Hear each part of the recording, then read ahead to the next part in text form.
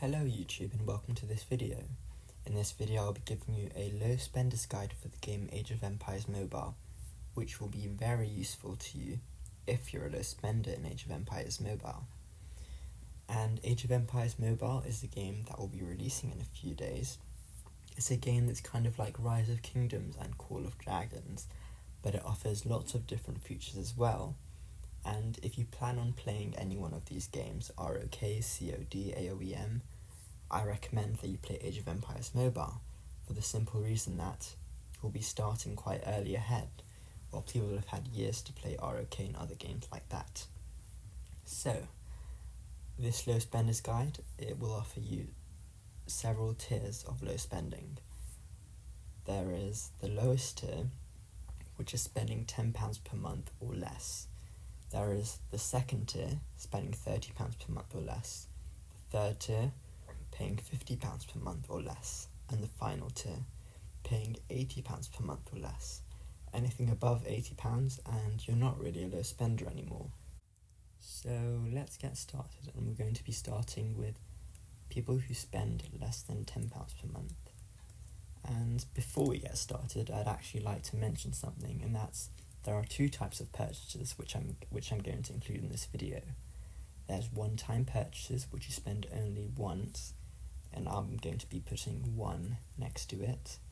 And then there are things which you spend monthly or every few months, and I'll be writing monthly, for example, next to it. And it will average out to be around less than £10 a month in this scenario. So we're going to get started with a one-time purchase, which you can be buying on the first day. That's going to be the Builder's Pack. It costs £4 and you'll be given a third building queue, and this will be very useful to you. If you have a third builder, you can build more and it will allow you to progress 50% as fast in terms of building.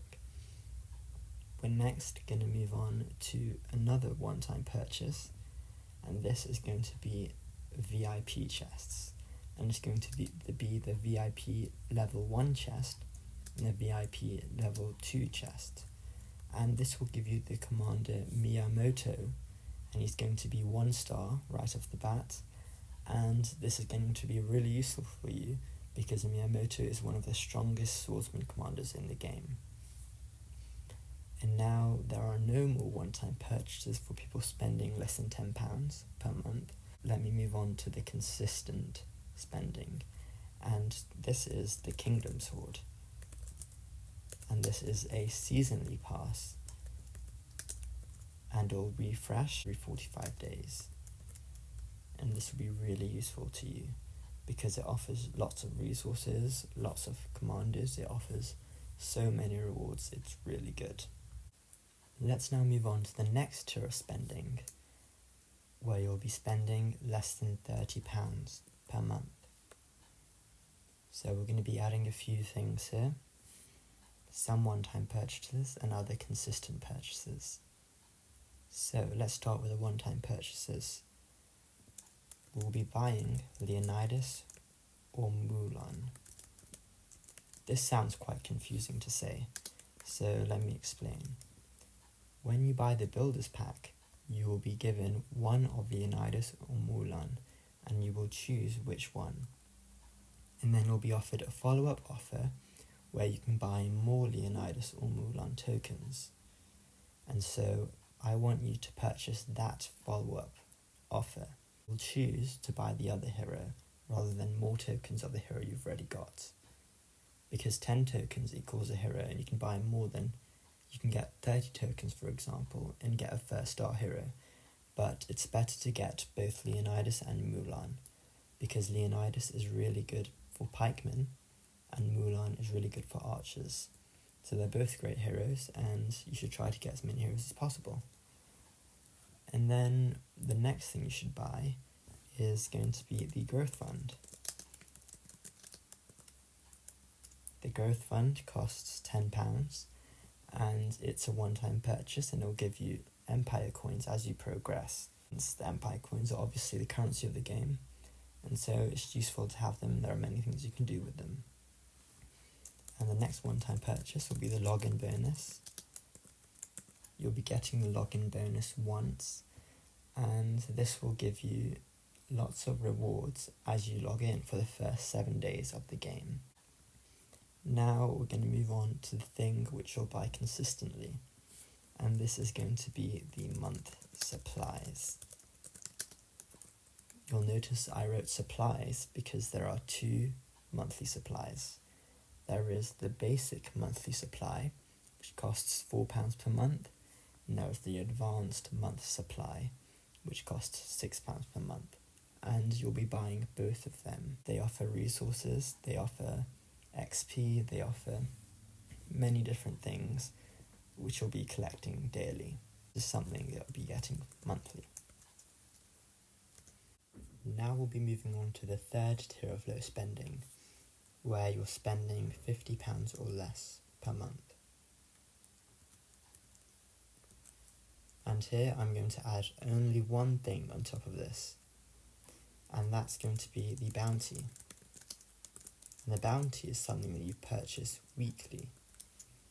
Every week you'll purchase a bounty, and then as you clear barbarians, you'll be given rewards. And they include resources, they include XP. It's really good on top of all these other things. Finally, we'll be moving on to the final tier of low spending, which is spending less than £80 per month. I know some say that it's 100, so we can go for that as well. And here it's much harder to be objective. We're approaching the amount of money where it's hard to say what's going to be optimal. But there are a few things which I'd recommend, and I'd recommend you choose a couple of these. So one of them is going to be the daily supply, but I'm recommending to buy only the £1 daily supply. And let me explain what I mean by this. The daily supply comes in 3 variants. There's the £1, the £2 and the £3 daily supply, and the game gives you a discount on all of them, allowing you to buy all 3 for £5 instead of £6. What I recommend, however, is you don't buy the £5 one, you don't buy the £3 one, you don't buy the £2 one, you only buy the £1 one. And why is this? Well, let's compare the £1 one to the £2 one.